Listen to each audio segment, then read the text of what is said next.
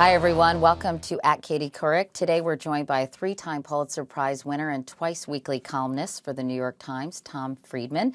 Tom's book, Hot, Flat, and Crowded, has just been released in a revised and updated paperback edition.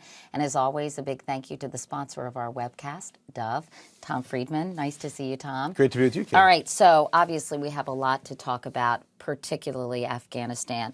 In your column that you recently wrote, you write, "This I believe." That's the title of it. And your first line is, let me start with the bottom line and then tell you how I got there. I can't agree with President Obama's decision to escalate in Afghanistan. Why not? How did you get there? How did I get there? Well, I start with some, first of all, just very basic principles of that start with America. I believe in Warren Buffett's dictum that everything I've gotten in life, Katie, is 90% due to the fact I was born in this country at this time with these advantages and opportunities. I think our first obligation, you and me as parents and as citizens, is to make sure we pass on this country to our kids in the condition that they'll be able to enjoy the same opportunities and advantages. Number two, I think we need nation building at home right now more than anything else. I don't think we are who we think we are. We are becoming enfeebled by debt, declining education system, and we need to get our groove back as a country.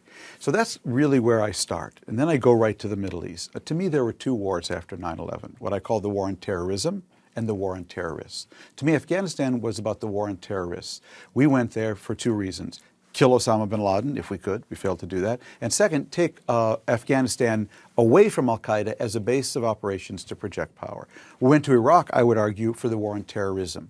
That is, we toppled Saddam's regime, and we attempted to collaborate, albeit messily and with great difficulty, with Iraqis to build a different politics in the heart of that world, a politics that wouldn't churn out people who want to wrap themselves in dynamite and are angry, frustrated, and humiliated because they live in authoritarian countries and can't realize their aspirations. So I really separate those two. And just to tie it up, to me, Iraq was about the war on terrorism. Afghanistan was about the war on terrorists. And we're now bringing the war on terrorism to Afghanistan. We're basically saying the kind of nation building we did in Iraq, rebuilding a country, we're now going to do in Afghanistan. Not a crazy idea, just an idea that I think right now, given our nation building requirements at home, too expensive and too risky. And an idea that's going to take an awfully long time to implement. Yeah. All right. Well, you just gave me a lot to chew on. So that's the summary. But first of all, okay. So I saw you on the Daily Show, and you said you as a person and we as a nation overreacted following 9/11. On the other hand, how could the U.S. not do something, not take military action against Afghanistan, where they continue to, quite frankly, plan terrorist attacks on the United States? Yeah, well, there's no question that it's a question of what you think overreacted means. You know, I mean, for me, speaking about myself, you know, I wish I had focused more on the plans for Iraq, the plans afterward, you know, and not kind of said, well, we got to do this right now immediately. But I supported the Iraq War. I supported the war on terrorism. And didn't you then change your mind there at some point? The only thing I changed was it wasn't working. You know, basically, and when it wasn't working, I was saying, well, we got to change course here. And frankly, I had lost all hope at some point in 2004, 2005. It was just clear it was in total downward spiral. And when the surge came along, you know, my view was that unless you can get political reconciliation there, you know, the surge will just be on top of another maelstrom. The surprise left hook for me on Iraq, and what salvaged it for me, and I think salvaged for us, was the awakening there. The fact that Iraqis wanted to claim their country. Well, at least the Sunnis, right? Or wanted to join forces with exactly. US And the Shiites had their military. own awakening. So for me, you know, I would criticize myself for, you know, not having insisted more, basically, on do we know what's going to come after this? Do we have the plans in place to do actually nation building in Iraq? I was in a hurry. You know, I would put myself in that category. But I think we did have to react. You know, I don't regret that at all. But you say you supported the war in Iraq, and what did Iraq have to do with 9/11? Why did the U.S. have to devote so much money and manpower and human lives going to Iraq when basically there was no evidence at all that A, they had weapons of mass destruction, or, you know, maybe they did have nuclear ambitions, but I'm not sure that's enough justification to invade a country. Yeah. And B, that they were involved in any way, shape, or form with 9/11. Yeah. So why do you support Yeah, well, I it? guess, well, from my point of view, Katie, my view at the time then, as I explained, was that I didn't believe WMD was in Iraq. I wrote a column before the war saying, if you're going for WMD, don't go at all, you know. But if you're going for what I think is the right reason, which was democracy building in the heart of the Arab Muslim world, that to me was a justifiable reason. Now you can say, why Iraq? Well, the truth is we did Iraq because Saddam basically made himself available, you know, by defying the UN nuclear inspection regime. Right. And so we did Iraq, you know, because you know, he made it possible to punch him in the nose. The real truth is 9/11 was a Saudi-Pakistan story. Right. Okay. Khalid Sheikh Mohammed is Pakistani. The hijackers, all from Saudi Arabia. not all, but most were from Saudi them. Arabia. And Yemen, and we couldn't really attack Pakistan because of nukes, and we couldn't attack Saudi Arabia because of oil. So we went to Afghanistan and Iraq instead. But they are That's training in Afghanistan, are they not? Isn't Al-Qaeda Oh, yeah, having a very Afghanistan fertile for sure. training ground there? So Yeah. it wasn't totally beyond Let me make it very simple, okay? There was no justifiable reason in terms of 9/11 specifically to go to Iraq, all right? The only justifiable reason was that Saddam, by defying the UN, basically, and this long history of his own behavior in the region, had made himself a target. And we availed ourselves of that target in order to conduct an experiment, okay? That's the only way to put it, okay? Can we partner with people in the heart of the Arab Muslim world to build a different kind of politics in the heart of that world, a politics based on pluralism, consensual government, to actually plant the seeds of something different in a sea of authoritarianism? We did it, you know, because they could. That's why It's they a did it. noble goal, but Yeah. was it really a justified invasion? It's entirely who you ask, you know, today. I mean, I think, you know, it'll depend how it comes out. For one, some people would say the cost have been staggering. And some people will say the cost would never justify the ends. Some people would say the costs have been staggering, but if we produce actually, and it's still totally unknown what we are, a multi-ethnic, multi-religious, pluralistic politics in the heart of the Arab world, in a great Arab capital, well, I don't know that whether it'll be justified, but it won't be zero either. So What about these were all judgment calls at the time, okay? Right. And they're all based on your gut, and we don't know what would have happened had we not done anything. I could turn the tables on you. And what do you think Iraq would have been like with $140 a barrel oil for the 3 years after, you know, the Iraq? What do you think Saddam would have been like? How would you like to have been dealing with him, knowing how he had already corrupted the UN at $18 a barrel oil? So we don't know also what the other would have happened. But what would you know? Afghanistan have been like, Tom, if we had actually had the resources to devote to that war, that if we Sure. hadn't taken our eyes off that conflict and if it hadn't become the forgotten war, right. might Al-Qaeda have been neutralized long ago, and might we have a better handle on the actual people who committed these acts against the United States? Right, I'm sure, just asking. Sure, absolutely. It's a legitimate question. But you're getting to the war on terrorists and the war on terrorism. First of all, Afghanistan went off the rails for a couple reasons. Had we had more NATO troops there, definitely we could have probably helped the Karzai government extend its authority around the country, and it would have been harder for the Taliban to come back. But what went wrong in Afghanistan is we basically shoved a lot of money in there, limited number of troops, and we let the Karzai government become a kleptocracy. That's what triggered the Taliban insurgency. Okay, because people basically ran away from the Karzai government, Afghans, okay, and said, you know, we actually would prefer the Taliban more. Do you know how bad your governance has to be for Afghans to say that? Wasn't that's what I'm saying. It wasn't entirely a troops question. Right. Okay, it was the very quality of the government. But what if we had been? I mean, I like fighting with you for some reason.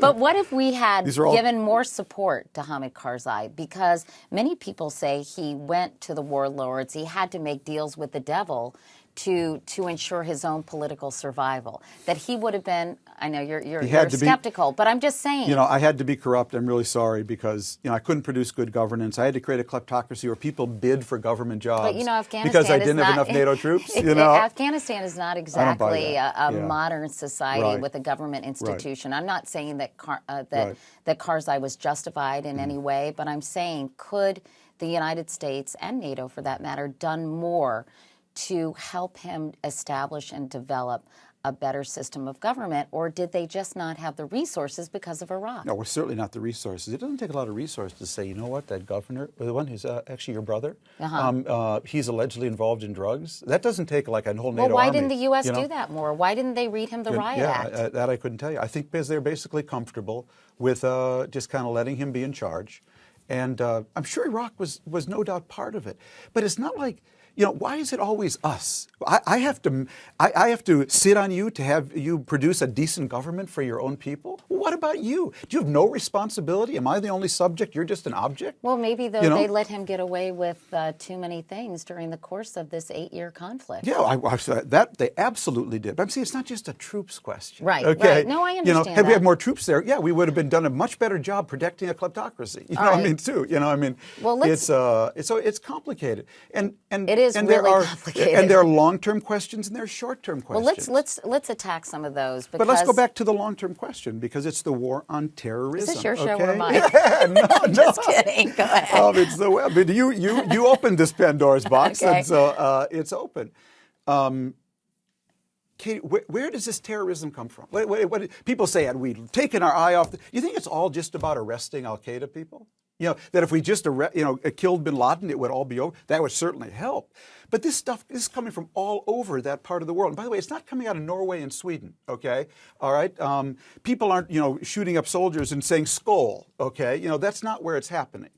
So if we didn't address the underlying problems, and the underlying problems are identified in the Arab Human Development Report written by Arab scholars. And what did they say? They said our part of the world has a huge deficit of human development because we have a deficit of education, modern education, a deficit of democracy, and a deficit of women's empowerment.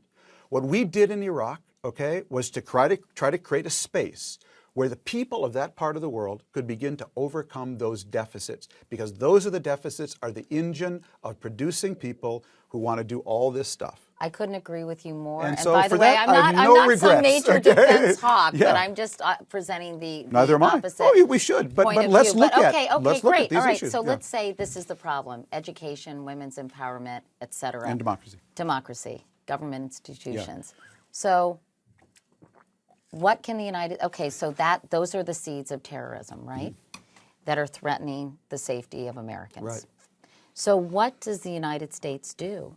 Are you basically saying that we should... I mean, we can't funnel endless amounts of money to help prop up these problems or to help solve these problems. Gets back to the copper column road, So what do you do? What can be done? Yeah. Not only by the United States, but by fair-minded people all around the world who basically despise the notion of jihadism and terrorism and taking lives for these kind of crazy reasons. So, well, what we did, and it may have been illogical, unjustifiable, didn't quite connect the dots with who actually did 9/11, but what we did, if you step back, and if you're a Martian, what we did was we tried to use Iraq, okay, as a laboratory of whether we could, and I don't use that in a simple sense of the word. It wasn't a game. It wasn't a joke. It was a very big thing. Could we create a model in the heart of this world that other people might want to emulate? And that's what we tried to do. That was the long-term effort.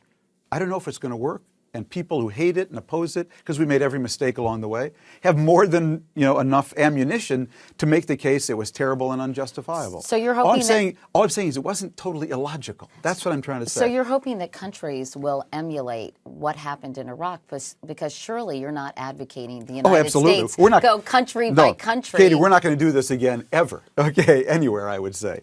But why Iraq? Well, Iraq is at the heart of the Arab Muslim world. And it's a great Arab capital. Okay, it was a country that is hugely influential in that part of the world.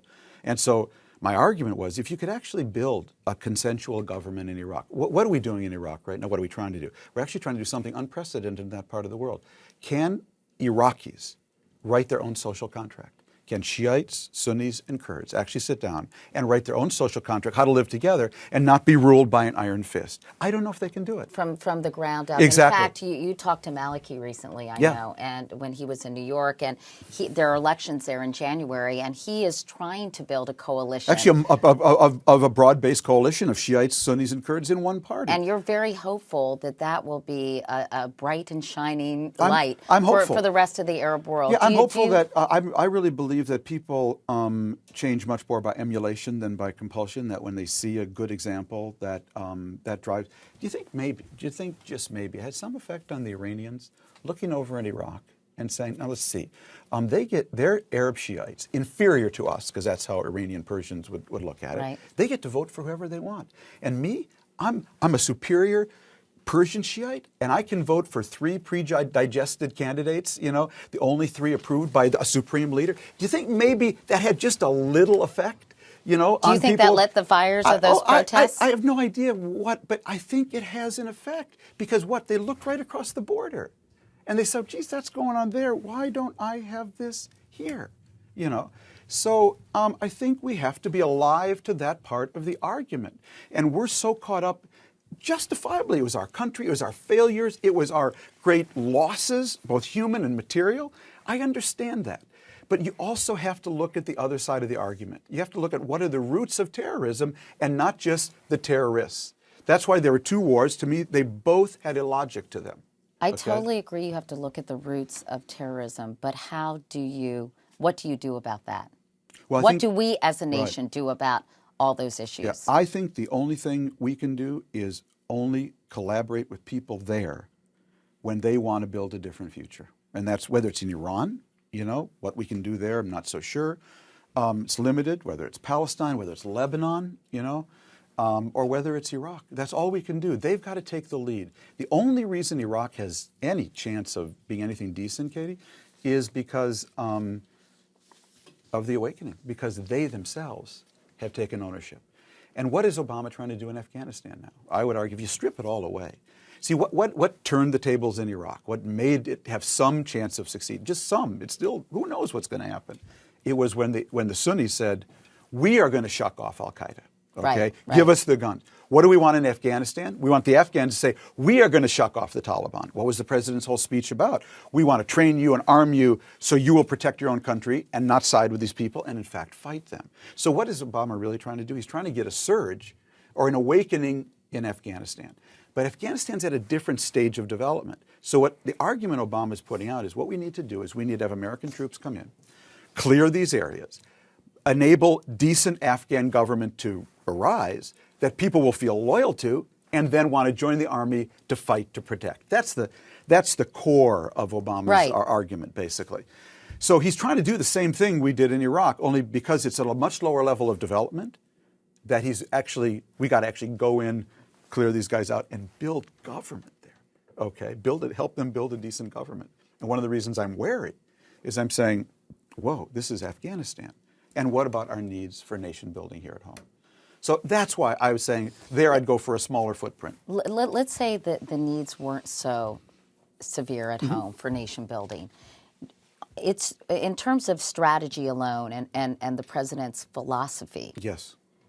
You sound like you're not that adverse to it. Oh, no. As I said in my column today, the second graph is, there's a very legitimate argument here. I could easily, as you said, if this were 2001, would make total sense to me. 2001, 8 years ago, and we had not expended all this money. We weren't in this terrible fiscal crisis at home. That's why I wrote a column, in which I said, let's start at the top. Where are we as a country right now? And then let's work down to Afghanistan. But I think there's a definite logic to what the president's arguing. My deep concern is that the level of development and fragmentation in Afghanistan is so vast that our ability to aggregate power there, to put that government together again, it may just be Humpty Dumpty. And that's my wariness, that's all. But I could easily be on the other side of this argument. I have great respect for the people who are making the argument they're making. Let's talk about you would like a lighter footprint, as you said, a more minimalist Right. approach Yeah. where the U.S. is working with tribal Yeah, leaders. we've been working with the local leaders, and we pay this guy. Look, if there are no Taliban or Al Qaeda in your district, for the year, you get your check. I mean, that's how traditional powers have dealt with that part of the world, and it's another way to achieve the same ends. But we wouldn't be getting the nation. You wouldn't get a thing called Afghanistan with a strong central government. It'd be a much more flexible, ad hoc approach. And how do you get those tribal leaders to keep the Taliban away if they have no security? Well, the tribal leaders would have a great interest in keeping them. They manage their own areas very well when they want to. So you don't think there's that a reason need... the Taliban are not in northern Iraq. They're not there because the northern northern Afghanistan, because the northern Afghans keep them out. So you think that a sort of a cash incentive would be enough for tribal leaders to keep the Taliban out of their areas? I think it would be something that would attract their attention. Yeah. What about the notion, though, Tom, of training the Afghan army and the security forces so these tribal leaders can have some assistance? And to have the withdrawal begin in 2011. I mean, it's sort of a rapid deployment, beef up the security forces there and then start to get out. Who's training the Taliban? They seem to be doing pretty well without any training. In fact, they've been fighting us to a standstill. So you're saying the army and the security forces don't need kind of recruiting and training? I think it's more will than way. Like, I don't think Afghans need lessons in shooting. I think they kind of got that down. Well, and I think it's more about the will. It's about that awakening more than it is the way.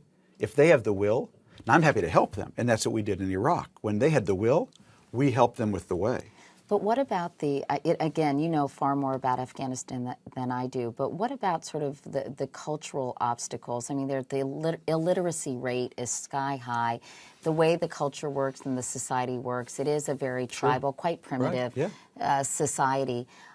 Is there a way to kind of get an awakening that happened in Iraq, in Afghanistan, culturally? In other words, is it in the Afghan DNA? Now you come to my side of the argument. That's one of the things I'm asking. And I'm asking myself. It's why I'm wary. I think it is. I really think that my experience, the polling there is kind of interesting. I mean, America is not that unpopular in Afghanistan, even to today. Right. It's actually still unpopular in Iraq, still unpopular in Pakistan, but not in Afghanistan.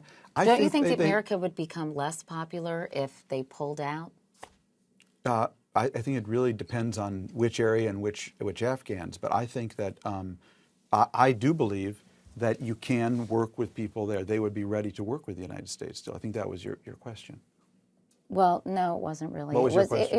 It was, to have this uprising of people who say, we don't want the Taliban. Right, yeah. We don't want this repressive, Right. terrible system or these terrible groups of people to keep our girls from going to school, Yes. or to make our women stay inside, or to terrorize us as a nation. And we're mad as hell, and we're not going to take it anymore. That's In other words, are there Howard Beals in Afghanistan? That's what my question is. Well, if there aren't, then Obama has made a terrible, terrible mistake, Katie. His policy is predicated on the assumption that there are. That if you beat back the Taliban and created the space and a decent government, those people would come out and say, I'm not taking it anymore, and I'm going to hold, what is it? Clear, hold, and build. I'm going to hold and build this space. Obama's whole strategy depends on you being wrong. That there are, those kind of people. There are Howard Beals there. Let's take it to the worst possible outcome. Let's say the Taliban takes over Afghanistan. Right. That you say we're going to pull out or decrease our troops. I didn't say pull out at all. Decrease our troops. I'd say there are different ways to deal with this. Yeah. I mean, Joe Biden, the vice president, was arguing the same thing. Right. So I mean, I'm not exactly alone in this. Very defensive. No, I just want to be clear. There's a difference between saying small and out. Yeah. I mean, there's a huge all right, difference. but you say decrease the number of troops there and have a different strategy, work with tribal leaders, et cetera. But let's say that's not effective or successful, and the Taliban ultimately takes over the country. How bad would that be for the United States? I mean, take me through that and the logical conclusion to that. Well, I think the president would argue it would be bad because, first of all, Al Qaeda would then bleed back. There would be people, either informally or formally, who would allow them to operate. That's That's one argument, although some might say, why would they come back? There'll be targets there, much more. They're hiding in Waziristan. So you got to deal with that counter-argument as well. The other is that Pakistan is fighting its own insurgency against its own Taliban. Right. And if the Taliban in Afghanistan basically are running that country, they would again be able to bleed back into Pakistan. That's the argument. And I could give you a counter-argument for okay, those, though. please And the do. counter-argument would be the Taliban would come back. First of all, remember, there are parts of the country, the Taliban is a Pashtun movement, Pashtun-based movement. There are Tajiks, Uzbeks in Afghanistan who will never let them in their area. So I think their ability, first of all, to take over the country the whole country is questionable. right.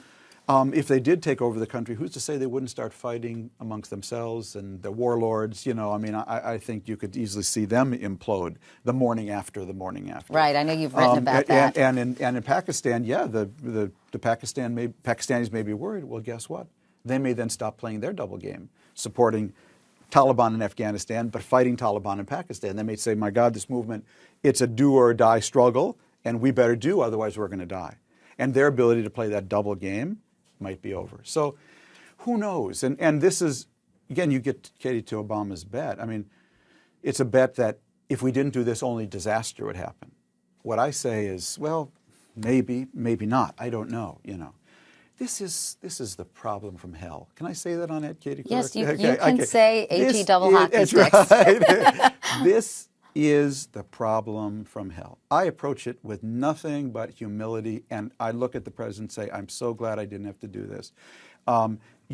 You're talking about making enormous decisions in a context of enormous uncertainty. And none of us have it right. And it goes back to Iraq, too. It was the same with Bush and Iraq, okay? It was an enormous decision. It was taken in enormous uncertainty. It looked awful. It may turn out to be decent. Will that actually justify it? Who knows in the history of time what it will unleash? Who knows when we go into Afghanistan what new forces will be unleashed? Remember, Al-Qaeda really was produced by our presence in Saudi Arabia. And so there are third and fourth in order, a chains of events here. And all you can do is bet on the odds. Just say, use the best information you can. So I have great sympathy for the president. I'm not going around going to hold a sign up, you're wrong, you're an idiot. No, just my gut feel as I balance this, I say, geez, I'm really worried about getting more deeply involved there. Isn't there a smaller way? Did we really explore that? That's really where I'm coming from. And now that I've said that, basically, I'm going to spend all my time saying the following. The commander-in-chief has made this decision. Whatever I think is irrelevant. It was irrelevant before. It's even more irrelevant now, okay?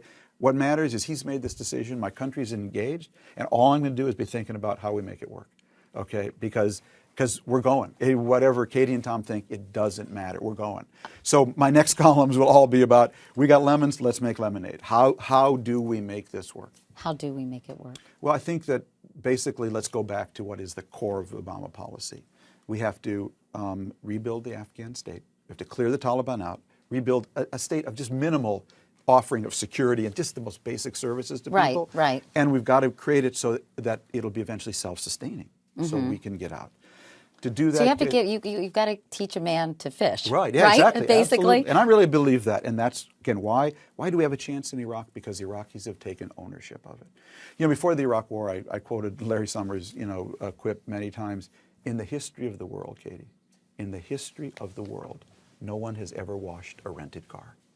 It's a fact, in the history of the world, okay? And no one's ever washed a rented country either. So there's a huge difference when people feel ownership of their country and when they don't. So what we're doing in Iraq, the first ever attempt to actually give the citizens of an Arab country the right to own and write the ownership papers. Will it work? It may not. That the tribalism, the religious tensions of Shiites and Sunnis, it just may be too great. They can't Not to mention Kurds. That's not religion. I mean, they're Sunnis. Yeah, right. So it may just be too great. And if it is, Kate, you know what that means? It really means authoritarianism in part of that world as far as the eye can see. And only trouble will flow from that, I would argue. So this is a grand experiment. In Afghanistan, same thing. What we got to do is clear, build a decent government. Now to do that, I think three things, and this is what I'll be watching. One is, do we go to Karzai tomorrow and say, okay, you are going to have the most technocratic, the best cabinet in Central Asia. Okay, and if you bring any of your cronies and corrupt, and you're going to get rid of the people we know to have been ripping off this government. In other words, if Karzai doesn't change in a fundamental way, so that people will feel allegiance to his government, we lose. Can I just interrupt Please, yeah. real quick? I talked to a senior White House official who said there were encouraging signs coming out of Karzai from his inaugural address, Sure. from some of his actions. They're going to work with the ministries they want to work with, the U.S. does. I mean, do you think he has it in him to do the right thing, Karzai? I don't know him, and I wouldn't want to say. I hope so. That's all I would say. So you're basically saying he needs to step up to the plate in a serious way. Okay, sorry. And no, not at all. And Katie, the difference for Obama between a good day and a bad day is going to be how Hamid Karzai behaves, in part. All right, okay. And so second thing, that's number one. Okay. Number two is Pakistan.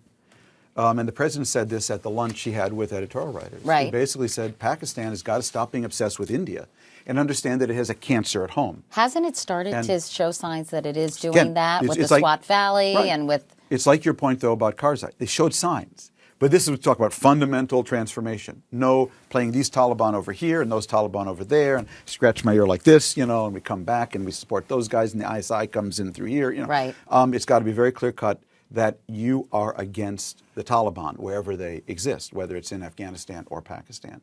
So that's the second. The third thing is we have to have allies. Do the NATO allies say, God, we're going to help you. We're going to give you 50 people, 50 whole people. Wow. And by the way, they can't go 50 yards out of their base. You know, a lot of our allies are in Afghanistan. They actually have measured the yards, feet, or miles they can go out of their base. Okay? Well, either this means something to the NATO alliance or it doesn't. And what do you think? Do you think it will? Do you think that NATO will pony up the troops, what they wanted, additional 10,000 troops to make up for the 40,000 that McChrystal wanted? I don't know. And what, they have 42,000 there now? But we have to challenge them. But if it's all... they've been very frustrated with NATO. Yeah, exactly. We'll hold your coat. You know, wait a minute. I mean, like, let's see, Afghanistan's here. Paris, London, you know, Spain are here. And Bethesda, where I live, is over here. So how is it, you know, that this should be a bigger threat for me than it is for these people? Because the terrorism that the president referred to that's been percolating, you know, in the Swat Valley and the Afghan-Pakistan border, it's also been hitting Europe, you know, as well. So, and the whole drug trade from Pakistan is right. into and through Europe. So they've got to want it. And if we want it more than everybody, if we want it more than Karzai, if we want it more than Pakistan, if we want it more than NATO allies, we're dead. They'll smell that and they'll say, please, Ms. Couric, let me hold your coat. We'll put it right here on the ledge, and I will be rooting for you. We will fight to the last Couric family member. But only 50 yards away from our base. Exactly. And so that's Obama's big bet. It doesn't work. It always gets to me, okay, back to this. This is the common denominator between Iraq, Afghanistan, Pakistan. Do they want to own it? You know, and do they want to own it in a progressive, decent way? Or do they want to own it through a kleptocratic way, through a religiously intolerant way? Do we have people who want to own these places in an inclusive way, inclusive within and inclusive without? If we do, we have a chance to turn this very long-term problem we have of a whole part of the world.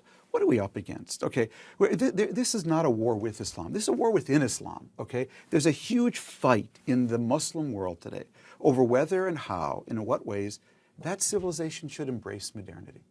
And you have a group of people who say, no, we should go back to the 12th century. You have other people who desperately want to be part of the world and integrate it with it. That's what Dubai was about, by the way. Sure, it was a bubble. It was all those crazy things. But it was also saying, no, we want to modernize like this. So there's a huge fight going on there. We got dragged into this fight because we support some of those regimes. So people thought the way we hurt the Saudi regime is hurt their main backer. That's a little bit what 9/11 was about. And so what have we been trying to do in this war on terrorists and war on terrorism is, one, work on the political underpinnings of that, to try to strengthen the forces who want to have a pluralistic, progressive Muslim world. Right. And we've been trying to kill the ones who are the most retrograde and the most antagonistic. In closing, because we're out of time, even though I could talk to you for several more hours, Tom, is it possible to end terrorism in the world? No. I mean, and if Al-Qaeda isn't given a refuge in Afghanistan or Pakistan or a number of places, won't they just, isn't it like whack-a-mole? They'll just pop up, they'll do their business from Yemen or Somalia, or they'll be so scattered. It's not as if they need to have a base of operations to pull off a terrorist attack, right? Well, I'll give you two answers. There's a big no and a little no, you know. And the big no, the reason I'd say a big no to you is that in the nature of this world now, we have the virtual Afghanistan. It's called the World Wide Web. Right. And we will know more about Major Malik Nidal Hassan, the man alleged to have killed the people in Fort Hood. But we may discover that he was part of that virtual Afghanistan, that he was just into jihadist websites on the web. Virtual Al-Qaeda, the virtual right? Al-Qaeda, and basically got caught up in it without ever having gone there. And actually having been in our own military. Right. Now, he may turn out to be mentally disturbed. I don't know. But I think it shows you how this virtual Afghanistan can heat up molecules anywhere in the world. People who are frustrated, alienated, socially misfit, whatever, and become attracted to this ideology. So in that sense, there's a big no, that we can't. The little no is simply that it's in a world with all these people and where you can be what I call, we have the problem of the super empowered angry man. Okay, that the threat today isn't just superpowers, it's super empowered angry people. You can get 6 people to do anything now. I mean, 6 people with enough fertilizer, can blow up anything. So we can never totally eradicate that threat. So what's the point? Well, what's the point? That's a very good question. And for me, is there nothing to be done then? Do you just throw up your hands, or is there something to be done? And I go back to the event that influenced me more than any other. I was in Israel on 9/11. And on the evening of 9/11, I called friends of mine in Israeli defense establishment and said, I need to know everything you know about suicide bombers. It was still early then, and they had obviously faced that problem. And they actually arranged a meeting for me the next morning, the morning of 9/12, with some of their top experts. And I simply came in and said, tell me everything you know. What do we know about this? And they said something I'll never forget. This isn't perfect quotation because it was a while ago. This is my rough memory summary of it. It goes like this. Tom, we're really good. Our intel, we got the West Bank, Gaza, wired. We're really good. We'll get Muhammad before he blows up a disco. We'll get Gibran, before he blows up a pizza parlor. But Ahmed will get through unless the village says no. It takes a village, okay? That is when the village says, when the community says, this is not martyrdom, this is murder. When the village says, this is not martyrdom, this is murder, that's when it stops, Katie. Very interesting thing happened in India after their 9/11, the Mumbai, which we just celebrated the anniversary of, 161 people killed in the Taj Hotel and surrounding areas. You know what the Muslims of India did after the Mumbai massacre? I think they still may be there. They wouldn't bury the bodies. They wouldn't come to the morgue and take the bodies of the murderers, Muslims, and bury them in a Muslim cemetery in India. They said no. This village says no. Well, isn't it interesting? That's probably one of the very few countries you would get that. Why? Because Indian Muslims live in a democratic context where they can realize their aspirations, express their views freely, and they felt the wherewithal and the self-confidence say, no, that's not on here. The village says no. So again, to take us back where we started, okay, why do you want something like Iraq to work? Because when you have that kind of environment of consensual politics, pluralistic politics, people living in a free environment, it's a lot easier for them to say no. It's a lot easier for the village to express itself. That's the hope. And to bring it even more full circle, it's a lot easier for a village to say that if they're educated. Absolutely. If they have economic opportunities, exactly. If they have a life without fear from terrorism, exactly. or terrorists offering them a better life. Right. That's right. Exactly. All of those things. And that's why I've always said, and I said in my column, the other day, isn't it interesting? What's the second largest Muslim country in the world? India. Well, that's interesting because there are more actually Muslims in India than in Pakistan. And there are no Indian Muslims in Guantanamo Bay. Well, how is that? I mean, Guantanamo Bay is a Noah's Ark of the whole, it's got some from here, some from there, but no representatives from the second largest Muslim country. Why is it? Could that be because the richest man in India is a Muslim? Could that be because many of India's movie stars and singers are Muslim? Could it be because India's president that just stepped down was a Muslim? Could it be because they live in a context that allows them to realize their aspirations? Not perfectly, the Muslims in India have their grievances. So it's all about context. That's what we were trying to do in Iraq. It's what we're trying to do in Afghanistan. The question is, do we have the resources, and will we have partners? Will we have someone there who wants to actually own the car so they'll wash it? Well, that's a great way to end our conversation. Tom Friedman, as always, it's so great to Thank talk you. to you. It was a Appreciate lively conversation, as I we appreciate usually it. have. Absolutely. Thanks so much, Tom. My pleasure. And by the way, an expanded paperback edition of Hot, Flat, and Crowded is out at a bookstore near you. So you even got to plug in thank you. for your book. Thank you very And much. now stay tuned for a message from our sponsor, Doug.